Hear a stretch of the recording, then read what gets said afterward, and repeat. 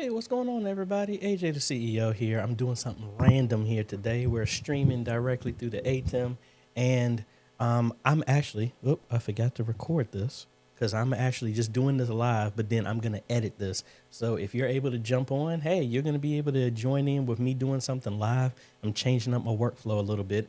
And in this video, let me do my formal intro. Hey folks, AJ the CEO here, and in this video, I'm going to be showing you how to make or how I make YouTube thumbnails using Photoshop. So hopefully you could take some of these tips and use them because I'm going to be using this for a video I just edited as well as this video. So let's go ahead and cut over to my computer here, and we're going to be using Photoshop here. All right. Now I've been using Photoshop for years.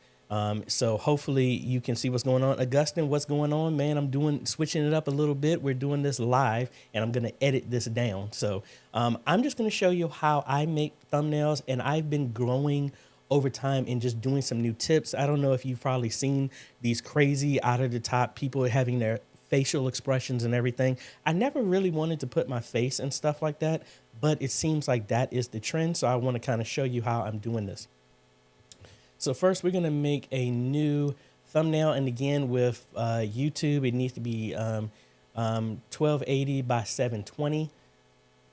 I don't know why they don't move that to 1080, but anyway, we're going to use this layout right here. Now, I've already taken some photos, and one tip I heard somebody do is put your phone in video, or if you're using kind of a camera, what you can do. He said, I just made a version of the Mr. Beast thumbnail. Hey folks, so this is what I learned, and this is what I've been doing.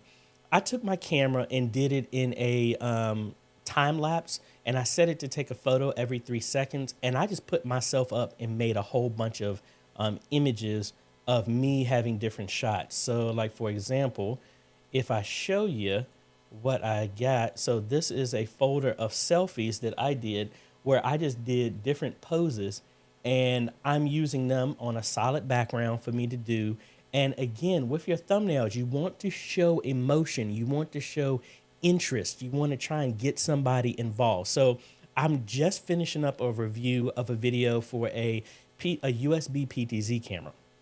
So I took a couple of pictures of myself with some kind of an over the top picture. So if I drag this in here, there's the picture that I took. All right. So this is kind of over the top. So I'm going to do Control T, and I'm going to make this a little bit bigger because I want it to take up a third of the shot. Now that is, if you haven't known about it, it's called the rule of thirds. If you divide up your screen in thirds, so 1/3, third here, you want to take up your subject to take up at least a third, and you want to show emotion. So there we go. There it is. But hey, I don't want all that background. So using the latest version of Photoshop, we're going to go here into our object selection tool, and I'm just going to highlight all of this. And with some AI, boom, it has me selected. I'm going to go down here and turn on this mask. And guess what? Just like that, I am up out of the shot, and there we go. So what I also need to do is find a picture of this USB PTZ camera. And I'm going to use that in my background because I want to show myself. Here is actually the camera that I just reviewed. $278, a steal. I'm going to take this picture. Let's go ahead and copy the image here. And then I'm going to come back here into Photoshop. Let's go ahead and paste this image here. Control T. We're going to resize this. Oh, and I'm picking the wrong image. And we got this. All right. Now I'm going to do the same thing, and I want to get rid of everything else in this shot because I just want the camera. So I'm going to try and use that same tool, and there we go. And it didn't have this last part here. So I'm going to add a plus to the tool right here, and I want to add this extra piece right here at the end, and there we go. And we're going to make another mask, and that will get rid of everything. So look at that. Boom, there we go. Now, I already have some wallpapers that I want to use as a background. Let's do, I actually have some standard ones that I always use. And this is my folder here of DaVinci Resolve that has all of my stuff that I use for editing. So I have some backgrounds in here. And I try to stick to something similar, but we want to have the focus be on what we got going on. So these are my videos. Where am I? There it goes. These are my static ones. So I like some of this blurred stuff. I like the colors. There's a color science to all of this, so I'm not going to go into all of that. But me personally, I do like blues, and you want to have a contrasting color that that is opposite to what's going on. Like the camera is black. I always wear some type of black shirt that makes me kind of neutral so that whatever I'm using wants to stand out. So there it is. I resized it to fill the entire screen. Now I'm going to drag this down so it's behind everything. So something like that. Don't like that color. So let's go ahead and find a different one. I don't know where my traditional background colors are. So I'm just going to use this blue here. I don't like that either. It's too dark because you want to have a high contrast to what you're using. That's not working. I'm not happy. I'm not happy. So maybe let's do this yellow for right now. Because again, we just want to do a concept of here. All right, so there we go. I want to have it to where my expression is popped out. I probably could have put some more light on me. But then we have this point right here. So my image is taking up 1/3. The product is taking up 1/3. And then what we're going to do is highlight the price. So I'm going to do a text. And we want to make this big and bold because we want, when somebody sees this, 90% of people are watching YouTube on mobile devices. So you need to be able to tell exactly what is going on just by a look. So we want to put 278 as a price. There are certain fonts that I use that make it pop, so you can pick whichever one you want. We're going to go with this. And we're also going to put another line under here and say PTZ. $278 PTZ. And let's set our spacing. Maybe that's 120 because we need it. 250. Oh, not enough. We're trying to put enough space so you can actually see the text here. Actually, you know what? Let's do it in 2 different lines. So we got that, and I'm going to change this font to, and I actually looked up the font that Mr. Beast uses is oblique, black, whatever it's called. Downloaded it. Let's see. Oblix Pro. That's the font here. Let's change this to 300. And let's make this a little bit bigger. So there you go. Now we're going to do some blending here. And I'm going to add a drop shadow so you can make it see it sticks out a little bit. We're also going to put a stroke around that, and we're going to change the color to black so that we can see the definition in there. Let's bring it down just a little bit. All right. So actually, this is a little bit too big. Let's go 250 because we want to be able to see what's going on. And even though that's that font, that number, that 7 doesn't look good. So I'm going to change this to a different font that I use. I do Intro, which is a really big and bold type of, font. And there's also Impact. I think I'm going to use Intro for this, and then we're going to crank this up some more. So let's go 450. Now be careful on some of the fonts you use because some of them don't have special characters. So like this one, I don't think it doesn't support the $sign, so I can't use this font. Let's try something else. Not intro. I normally do Babus Nua or whatever it's called. And we just want something that's big and bold that you can actually see. Let's actually use the one I use at church. We use League Spartan. And there is an iteration of that that is black, which is extra bold. So I like that. So there you go. So that's really straightforward. Let's go ahead and resize this down some, because we want people to be able to see what's going on. Right there. We have our PTZ. And that's it. Now, I could be super fancy and be like, well, the background you don't see right here in my glasses. Normally, I would do something like that, but Now, we already did this. Let's now put the highlight around me as well as the product, because we want to draw eyes to the stuff that's going on. All right, so I'm going to come back to the layer with me, right click. We're going to go to blending options. We're going to add a drop shadow. That doesn't stick out that much, but the main thing is we want to do a stroke, and we're going to change that to white.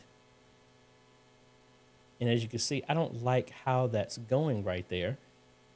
So what I'm going to do is I'm going to increase the size of my image, and then I'm going to reposition it so that those quarter lines, the stroke lines at the bottom are not there. So look, there we go. Real poppy. And then we're going to just copy that same blending and paste it on our product. If it'll let me. There we go. Paste. So something like that. Slide over just a little bit more. And that's it.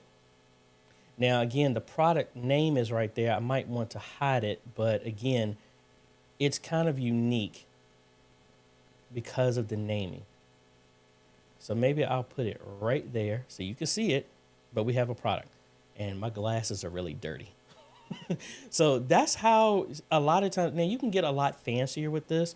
So like, for example, if I open up my template of what I'm doing on another video, so this is what I'm going to use the same image for. But in here, I did the same thing, and I'm going to accent her. That makes it stand out. So this is kind of just like a template that I make. I like following a certain standard of stuff that I evolve over time. And then actually, let's use that same image. Let me take out all of this stuff that I did on the previous one.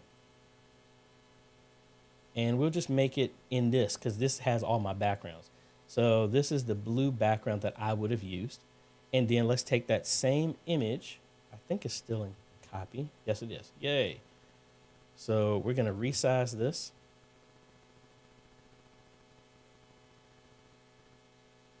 And that's a perfect size right here. We got this. We're going to go to that same selection tool. Get just the camera. And let's add this part that it chopped off.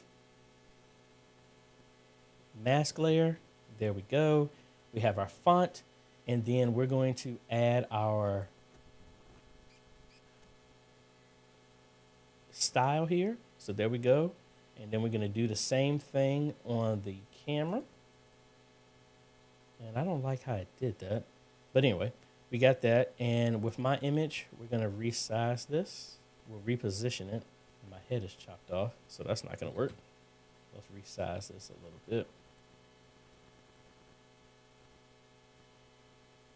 Right there. And then we make a text layer. I'm going to do the same pricing and font that we have. 278. And we're going to move that in front of this layer. And that's probably a little bit too big. Highlight this, drop it down to 350.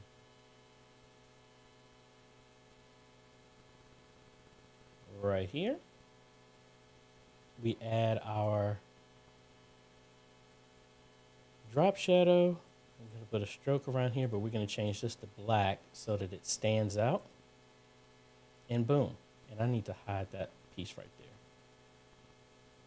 Right there. Now, you can put a bunch of different things. The trick that you use with, you'll see this in movies. You see this with everything. You want to blur everything that you don't want attention to, because the eye will naturally draw its attention to what else is going on. So let me look up an image real quick, and let's go to one of my favorite locations, pexels.com. We're just going to do church. And I'll use this image here. Let's download that. Now I'm going to use this as a background. So let's go ahead and drop this here. And let's resize it so it takes up the whole screen. Now let's drop it under everything. Oop, I think I dropped it to a layer that's off. All right, so you see that right there. Now, I know this is a bad example, but this is my whole point. We're going to go to this image here, and you're probably paying attention to this like, oh, what's going on in the background? But if we come in here and just blur this, let's crank up the blur. Do you see how much that helps that image pop? Because you're like, okay, I see the blur, but the eye can't recognize it. Just like why we're always looking at stuff in focus, because the brain is set to look for stuff in focus. If you want to draw attention to everything, do it like this. So for example, and I'll end this with this. This is a thumbnail that I did for church. This is the same thing that I did for my pastor's sermon. As you can see, if I go to the original image and I turn off this, that's the image. I actually took this Jeep and did the same thing, selected it in the Smart Tool.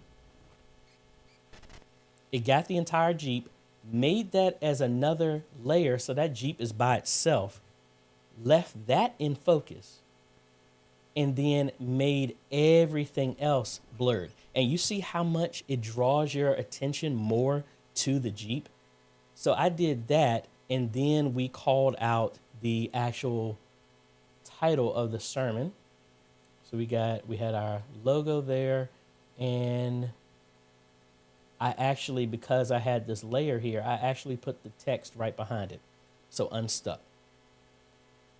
So you see, your eye naturally sees, okay, it's huge, you can see it, and the truck is in focus, everything isn't.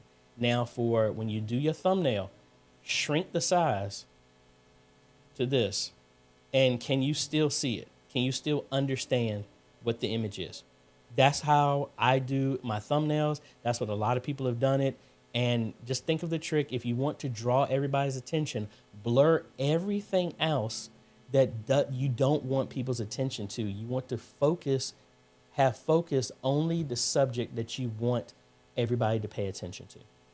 So that's how I do my stuff. I use that on my personal stuff on YouTube. That's how I do with church. And I want to simplify the image, do the law of thirds, put you, a reaction, emotion involved, or the product prominently in sight. And again, even though I did this, you don't always have to have text, but let the image speak for itself. So again, I'm going to be editing this down. Plus, I'm just playing around with making sure I'm testing out my live stream and stuff like I always do anyway. So if you like this type of stuff, folks, I appreciate a like. Consider subscribing. Hit that bell. That way you get notified when we come out with other videos. Let me know if you like this type of format. I'll do some more impromptu, because if I mess up, this is all live. So we'll work on some other stuff as well. If you're in the U.S., hope y'all have a great Thanksgiving tomorrow, and we'll be seeing y'all in some other videos, folks. And am I pressing the right button? I think I am. Is it this one? Yes, it is. All right. We'll talk to y'all later, folks.